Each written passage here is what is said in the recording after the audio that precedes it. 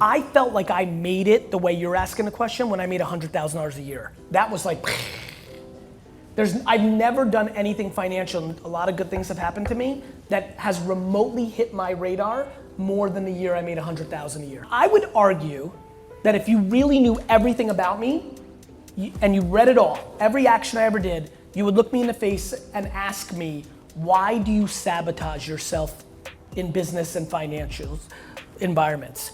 And I would tell you that deep down, subconsciously, I love it so much that I just want it to happen forever. And so for me, making it is that's what blows me away about somebody who's like, I just need to make $1 million and I'm gonna go to Jamaica, right? Or like, I don't have that. I don't have that in my head. I just wanna play forever.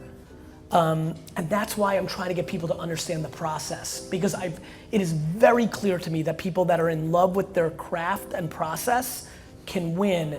And that's why I'm trying to change the conversation around how much money you need to be happy, because it doesn't work. Like, I just know unbelievable amounts of data of how many people have lots of money, how many people don't have lots of money by our standards, and how happy they are.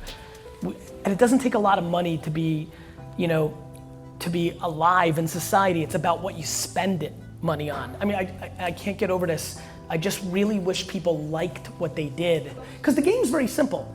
If you've got debt or have to put a roof over your head or somebody else, then you work whatever job is paying you that. But I'm asking you, what are you doing from 6 p.m. to midnight?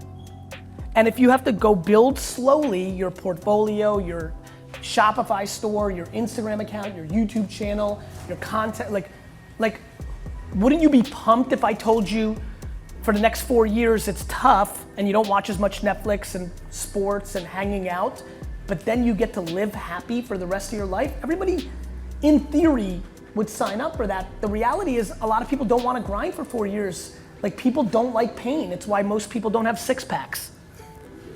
I mean that. There's a lot of people here who want to be in better shape. You just don't want to work out. You just don't want to eat well. Like, I lived it for the first 38 years of my life, and then I got into better shape. I still hate it. I fucking was pissed this morning waking up at 5:55 to work out, but because I want it.